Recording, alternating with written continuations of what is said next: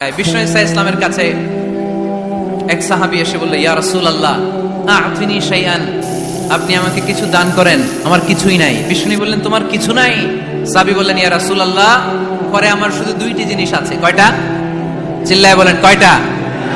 এক হচ্ছে একটা জামা, দুই হচ্ছে পানি খাওয়ার একটা জগ। বিষ্ণু বললেন, এই দুইটাই নিয়ে আসো। বিশ্বনবীর কথা শুনে ওই সাহাবী ঘর থেকে জামা নিয়ে আসলেন, পানি খাওয়ার জগ নিয়ে আসলেন।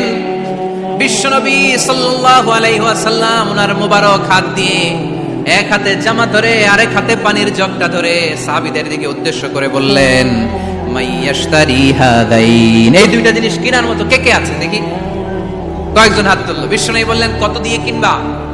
এক সাহাবী বলে, ইন্নী আশতারিহিমা বিদিরহাম, ও নবী যদিও এগুলো আমার দরকার নাই, কিন্তু আপনি যেহেতু নিলামে ডাক তুলেছেন, ইয়া রাসূলুল্লাহ ইয়া হাবিবাল্লাহ, আপনার সম্মানে আমি 1 দিরহাম দিয়ে দুইটা জিনিস কিনে নেব। 1 দিরহাম, একটা জামা, একটা পানি খাওয়ার জগ, দাম কত? 1 দিরহাম।